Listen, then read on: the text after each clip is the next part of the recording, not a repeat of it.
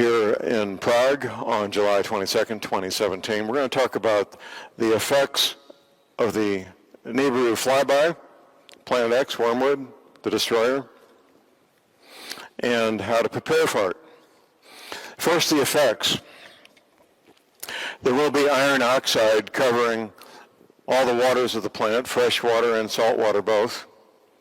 That will take days to dissipate. I don't know how many days, but days, possibly weeks to dissipate.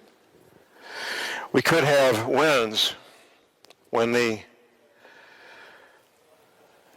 jet stream comes to the surface of the planet. In fact, this happened here in the Czech Republic, what was that, about 10 years ago? When that forest got wiped out, those straight line winds. Anybody remember that? Come on, some of you do. Straight line winds, maybe 100, 150 miles an hour for a better part of a day.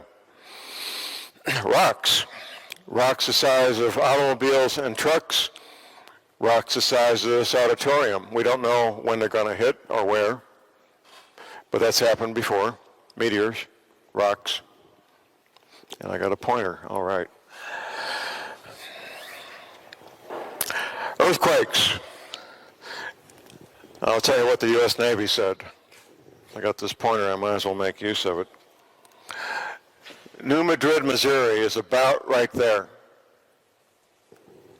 The most dangerous seismic zone on the planet. During the winter of 1811, 1812, there were hundreds of earthquakes. 3 of them made church bells ring in Philadelphia, right up here. That's about 700, 800 miles. Now, the energy from that seismic zone goes north and south and east very efficiently, does not go west into the Ozarks, because right here, there's a ridge of granite that acts as a blocking mechanism, as a shock absorber to absorb that energy. The U.S. Navy says that when this water, this inland sea is formed, the weight of the water will trigger 3 9-point-plus earthquakes, which would wipe out St. Louis, Chicago, Memphis, points east. A lot of devastation. There's going to be earthquakes all over the planet. I just happen to know about that seismic zone in North America. Volcanoes are going to kick off. Lots of volcanoes all over the planet. We may end up with 1 or 2 years with no summer, which would wipe out the growing season, of course. When these oceans come up, all the ports, most of the goods on this planet, automobiles, trucks, raw materials, petroleum, food, is moved by ship, by large cargo ships. No ports, there's no way to load and unload the ships, probably for years. What I tell my listeners on my radio show is the best thing you can do is to become part of a farm. We have an expression in the States we call a hobby farm. That's a farm where the fruits, vegetables, produce, milk, meat, whatever it might be, is meant for consumption on the premises, not to be sold to make a living. Obviously, if you have extra eggs, you sell your extra eggs, but primarily for consumption by the people on the farm. I recommend people have a 2-year supply of food. We can easily, if you're just starting out, by the way, learning how to garden, the first garden you plant is probably going to be a disaster. You can almost count on that. The second garden you plant, you may get enough food to get you by maybe for a season. By the 3rd or 4th year of gardening, you're learning how to actually raise enough food successfully to get by for a full year. It's an ongoing process. I'm not a gardener, but the gardeners I know, whether they've been gardening for 5 years or 20 or 50 years, they're still learning. It's an ongoing learning process, being a gardener. You don't want to be within 100 miles of a major city, which would be basically 200 kilometers. You really don't. There's going to be hungry, desperate people looking to feed their children. Now, movies and novels focus a lot on healthy young males going about and causing problems after a disaster like this, which of course there'd be a lot of that. But I'll tell you, ladies and gentlemen, a 25-year-old mother with a hungry 1-year-old is going to be just as dangerous as a gang member. She will do whatever it takes to get food for her child. That's just human nature. People will do whatever it takes to feed their children. The farther away you are from a major city, the better off you'll be. That's pretty much a given. I mentioned earlier today the skills a person may want. Let's talk about emergency medical treatment skills. You've got first aid, CPR, that's cardiopulmonary resuscitation. You've got advanced first aid. Now in the States we have what we call emergency medical technicians, which is entry level. In the States it's 1 semester of college to become an emergency medical technician, EMT. 3 more semesters of college and you become what's called a paramedic, which is typically the highest level of training that you find on an ambulance in the States. Getting that training now while you can would be a really good thing. We have what appears to be the luxury of time. That might be a complete illusion. But we have what appears to be the luxury of time to learn CPR, to learn emergency medical treatment, and get the equipment and the supplies you need. Now, if you attempt to use medical equipment you're not qualified to use, you could hurt somebody or even kill them. Pretty serious stuff. So when you get your training, get medical equipment equal to your level of training. If you get more than you can use, more than you're qualified to use, it could be quite dangerous. And get lots of it.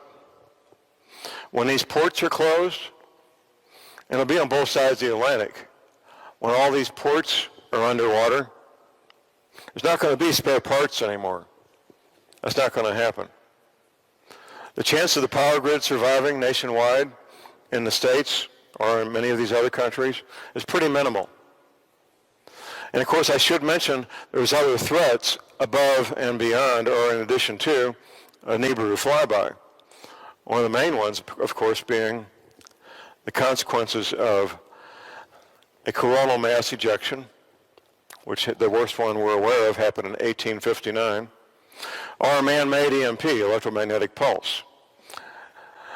The coronal mass ejection, quite frankly, could be far worse than a man-made electromagnetic pulse for the following reason. Electromagnetic pulse is strictly line of sight. It can't go around the surface of the planet, around the curvature of the Earth. Coronal mass ejection, if it's powerful enough, can go all the way around the planet, knocking out the power grid worldwide. In some ways, a nationwide or EMP to hit Europe or the United States or South America could in some ways be worse than the Nibiru flyby. The estimates for the States, for the United States, is 9 out of 10 Americans would be dead in 1 year if we had a nationwide power outage. Think about it. Now, I don't know the numbers for Europe, but in the United States, 8% of the adults in the United States are diabetic. You've got another percentage of people who need heart medication, other people who need medication that keeps them from rejecting organ transplants. All kinds of life-saving medication that after electromagnetic pulse would be gone. The typical prescription is 30 days, which means the typical person has 15 days of their pharmaceutical products. Once they're gone, they're gone. I do recommend that people find alternatives to the pharmaceutical products. It may be herbs. It may be essential oils. It may be different things for different people. Maybe just stop taking them. Sometimes you're taking things you really don't need. But finding a way to have an alternative now, if you say you're taking 5 or 6 prescription items, if you go off those all at the same time, you're going to be hurting real bad. But if you incrementally get off them one at a time and substitute herbs or vitamins or essential oils, it'd be a lot more pleasant experience than trying to do it all at once. mentioned earlier ham radio. Ham radio was first developed by these different governments to give people a way to communicate in the event of a crisis. Most people involved in ham radio, it doesn't matter what country it is, almost all of them have an interest in preparedness. One of the things I'm always being asked when I come to presentations like this, John, how can I find people of like mind, as we say, who know what I know, who believe what I know? In ham radio, you're going to find people like that. It doesn't matter whether it's Prague or London or Warsaw or New York City. People involved in ham radio, almost all of them are interested in being prepared. That's pretty much ubiquitous around the planet. It doesn't matter whether you're an 8-year-old boy or girl or an 80-year-old man or woman, you can be involved in ham radio and enjoy the hobby and have fun with it. Meet interesting people, learn how to do things you would never do otherwise. I mentioned earlier the difference between the way women approach preparedness and the way men approach preparedness. It's very predictable. The women tend to focus on the practical things. How in the world am I going to do laundry? How am I going to feed the kids? How am I going to cook? How am I going to keep the place clean? Men tend to focus on things like, how do I keep my car or truck running? How am I going to keep the water functioning? The things that men typically take care of anyway. But the two come together to make a whole. Learning what you need to do now, having the tools you need to do it now. Let's talk, for example, how do you do laundry? It wasn't so long ago when our grandparents, our great-grandparents, one full day a week to do nothing but laundry, right? One full day a week to do nothing but laundry for the family. Guess what? That's coming back, unfortunately. Now, in the States, up until the 1970s, we had wringer washers. There's no place to hook up hot and cold running water under 40 pounds pressure. There's no place for it. You simply put water in it, you turn on the agitator, it agitates till you turn it off, pour out the water, put in fresh water, agitate it till it's rinsed out, and so forth. Maytag used to be the really big manufacturer of these wringer washers. They can be reconfigured to work with a bicycle. There's lots of ways to get a wringer washer to work. They're very simple devices. And it's a lot easier to get a little bit of electricity than it is to get hot and cold running water under 40 pounds pressure. A lot easier. You'll get electricity before you'll get hot and cold running water under 40 pounds pressure. One of the things I learned in the Army was you're in civilization when you can take a hot shower. That's quite extraordinary in case you don't know it, being able to take a hot shower. And if you can do that, you're in really good shape. How do you prepare your food when there's no electricity, no natural gas? How do you clean your utensils? What do you do for toilet paper? Lots of questions there. What are the answers? The more you adopt that lifestyle now, the less of a shock it's going to be. Now, out where I live in the Ozarks, there's two families competing who can be the most redneck. So one family, the 12-year-old daughter, killed a poisonous copperhead snake, and the parents cooked it and they ate it about 3 weeks ago, much to the shock of many of their neighbors. And so now the competition goes on to harvest and prepare and eat different critters that we find in our area. We got possums, we got raccoons, we got squirrels, deer, of course. Deer is a real big thing. But those skills that now are looked at as recreation, in the future would be a matter of life and death. To be able to hunt, to be able to fish. Gardening. Most people right now, gardening is a hobby. Gardening is a recreational pastime. It won't be in the future.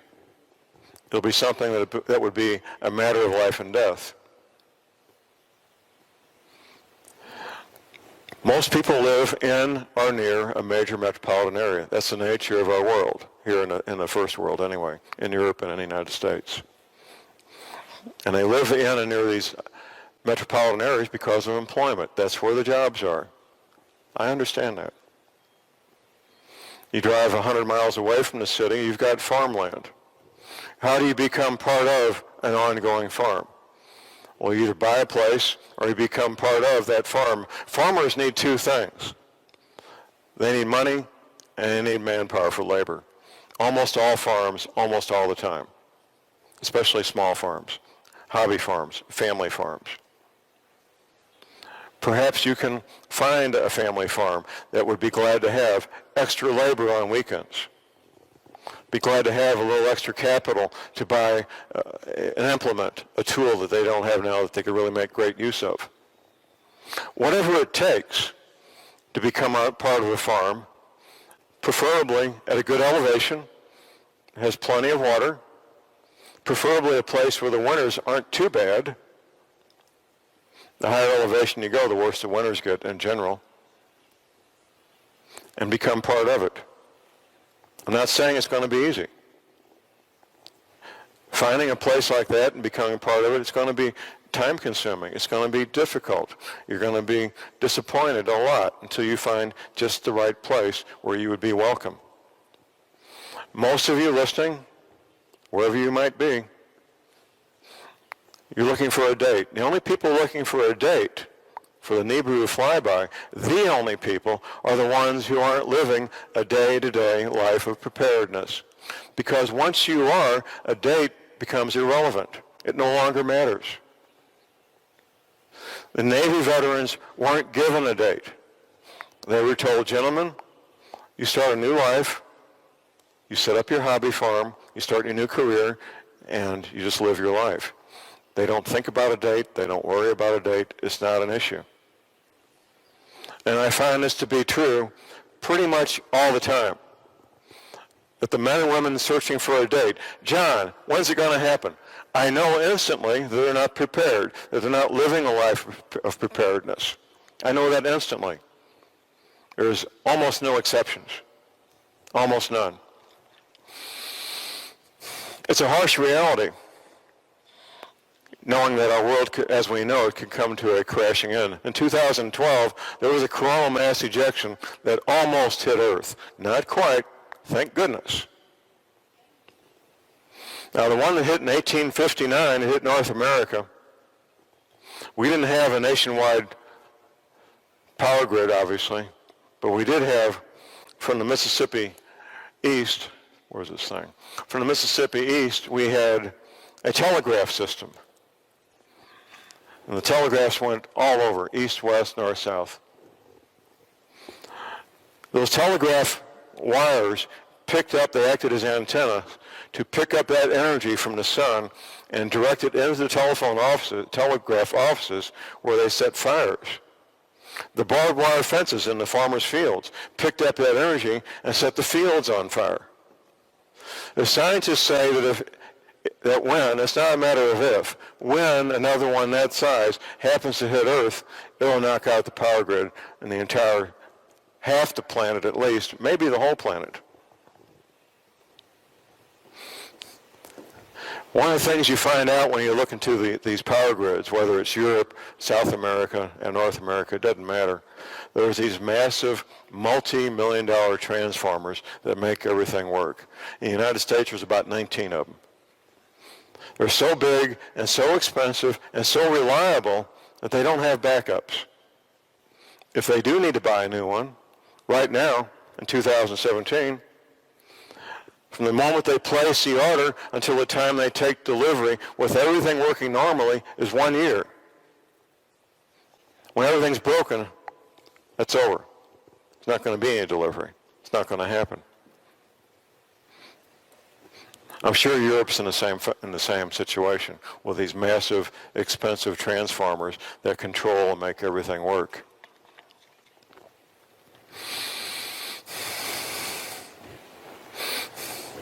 This planet has been through these cycles multiple times. We've been smashed down to the mud and recovered as human beings multiple times. This will be no exception. Who's going to survive? Young men and women, healthy young men and women who are on farms, are diligent and smart and have resources. They'll be the ones that will survive. Older folks, well, many of us will survive also if we're healthy and work hard and are diligent.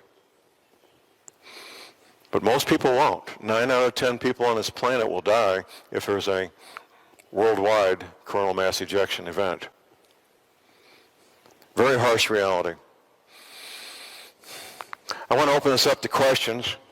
It's one of my favorite parts, and I told Alexander I would be up here half an hour, and we're coming up not too far from that. So questions from the audience, please. Are you scratching your head, or do you have a question? Alexandra?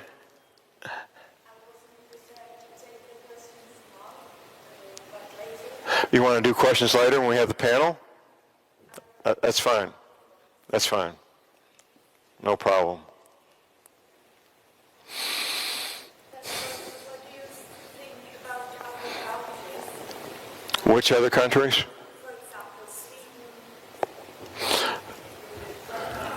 Well, the farther north you are, the less problems you're going to have with the ocean, on one hand.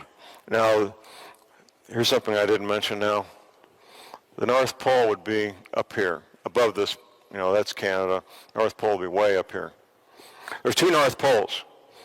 True North, which is where the axis of the planet is, and magnetic north. This has happened many times, and the scientists have figured this out. Magnetic north right now is moving towards Siberia. Magnetic north is in Siberia.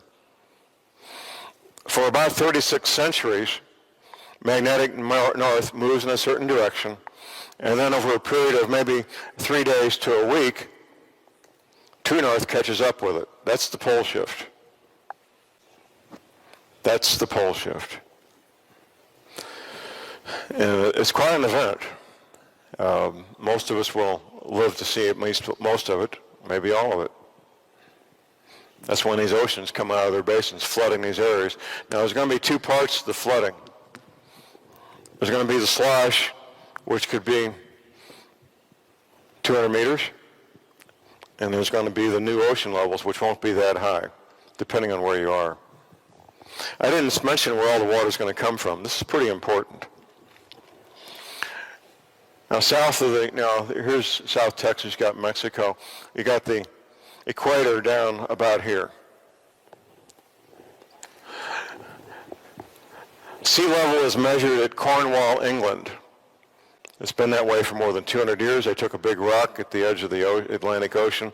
They made a horizontal line. They said, this is sea level. When you get to the equator, the ocean is not quite 500 feet, about 490 feet above that horizontal line in Cornwall, England. Most of us, when we were kids, we would take a bucket of water, a full bucket, and swing it over our heads real fast, and the water doesn't come out, right? You did that. Well, that water at the equator is held in place by two things, the rotation of the Earth and gravity. Anything that disrupts the rotation of the Earth is going to disrupt that bulge of water. That bulge of water at the equator is tens of thousands of cubic miles of water. That's where the water is going to come from. It's all going to be displaced. When that happens, well, everything changes. And John, the new equator, how do you think it will look like? The equator? The equator, you suppose that it will be altered, isn't it? Well, there'll be a new equator. Yeah, and the old equator will be gone, and it'll be a new equator. Yeah, and could you tell us here in Czech Republic, for example? Well, we need to look at a globe. You may be far enough away from Siberia and Russia that you'll have a warmer climate here, I hope. It's going to be a 45-degree pole shift. I'm pretty certain of that. Without having a globe and looking at it, it's difficult to tell. exactly where Czech's going to end up. I hope you end up in a warmer climate. That would be a good thing. And you may be far enough west that would be the case. I hope so. We don't have any control over it, obviously. Whatever's going to happen is going to happen. And there's going to be mass migrations. If you end up in an area where you have winter 6 or 8 months a year, you're probably going to want to get away from it and go south. That's the most likely scenario. Could you say something how you expect the dust will be and the stones? How the what would be? Dust, The iron oxide? yeah. Well, it's mentioned in the Bible when Moses was leaving Egypt, how the water turned red. That was iron oxide. And Dr. Velikowski, as I mentioned earlier, he demonstrated by the ancient records that it happened all over the planet at the same time. You won't be able to drink that water. It'll make you real sick. And you'll have to have a source of water coming from underground, obviously, or a way to purify it if it's a surface water. Water's going to be a big thing real quick, by the way.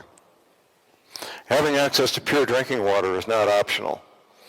It's probably the largest reason right now, in July 2017, for infants dying on the planet is bad drinking water. It'll become even more so. Us people in the first world country, we're used to having easy access to pure drinking water. That won't be the case anymore. It will no longer be easy. There's an old saying around the prepper community, 1 is none, 2 is 1. Anything critical, like a water filter, get 2 of them.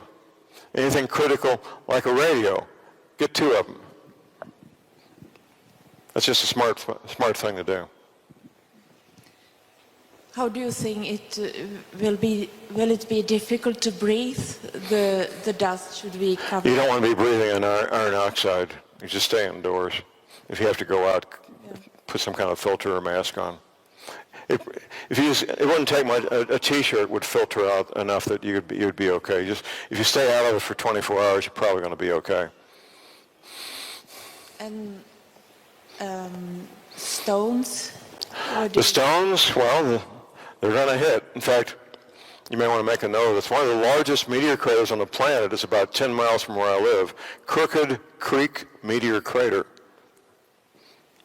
Crooked Creek Meteor Crater is 3 miles across.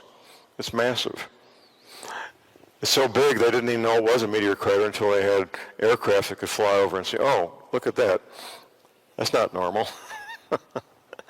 From the ground, you can't tell it's a meteor crater. But these rocks are going to hit all over the planet. We don't know where. If you're unlucky enough to be hit by one, you won't have to worry about it. It's going to kill you. But most people won't be hit by rocks. They will hit. They will do damage. And having some sort of underground shelter would just be a smart thing because we're looking at 150-mile-an-hour winds for at least a day. Possibly torrential downpours of rain. The rocks, like we said.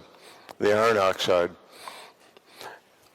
Having underground shelter would be a real smart thing if you can do it.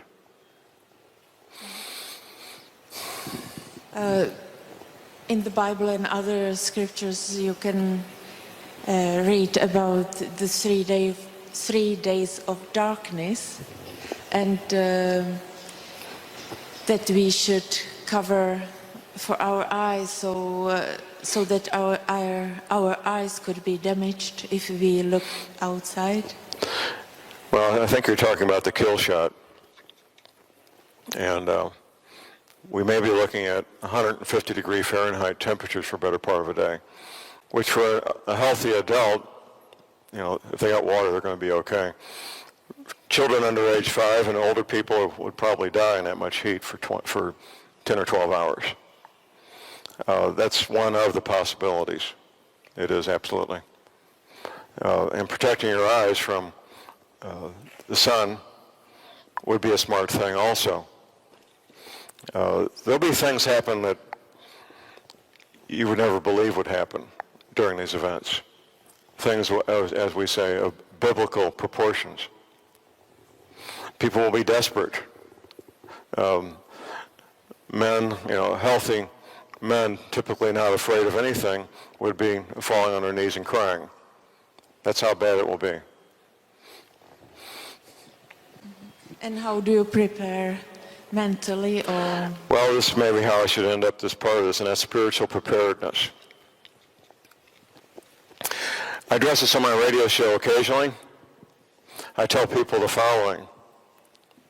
It's not my job as a radio talk show host to tell you what your spiritual belief should be, on one hand. On the other, I do feel a responsibility to let you know that that part of your life needs to be addressed, whatever it is for you, whatever it is. We know from the interviews and books of people who survived POW camps and concentration camps in World War II, the men and women who went into those camps with a strong spiritual foundation were far more likely to survive than the ones that didn't. The ones that didn't have a strong spiritual foundation, they're the ones that curled up into a ball and died and did not survive. So work on that. Begin that quest. It can and it should become a lifelong quest, your spiritual preparedness. Finding peace with your Maker. Finding peace with your Creator. Whatever your verbiage is, it doesn't matter. What does matter is that you begin that quest. I've only been to one funeral for an atheist, and it was run by atheists, and it was the saddest thing I've ever been to. Very sad. And the atheists in control would not permit any mention of God, any prayers. They simply did not let it happen. It was a very sad event. I felt very sorry for the family of this gentleman. He was a friend of mine. So work on that. It may be Christianity, it may be Buddhism, it may be Native American spiritual beliefs, whatever it is. My friend Tim Spencer is a Native American, and he says quite frankly, John, I'm not a Christian. We have our own beliefs. And I said, Tim, I respect that. And they do. And whatever your beliefs might be, you folks listening and watching this DVD, this movie, maybe you've walked away from that for whatever reason. The beliefs you were born into as a family, in your family, the beliefs that you may have had at some point in your life you no longer do, the beliefs that you don't take seriously. Maybe only on Sunday you think about them. Go back to your roots, whatever that is for you. It might be Judaism, it might be Christianity, it might be Buddhism, Native American, doesn't matter.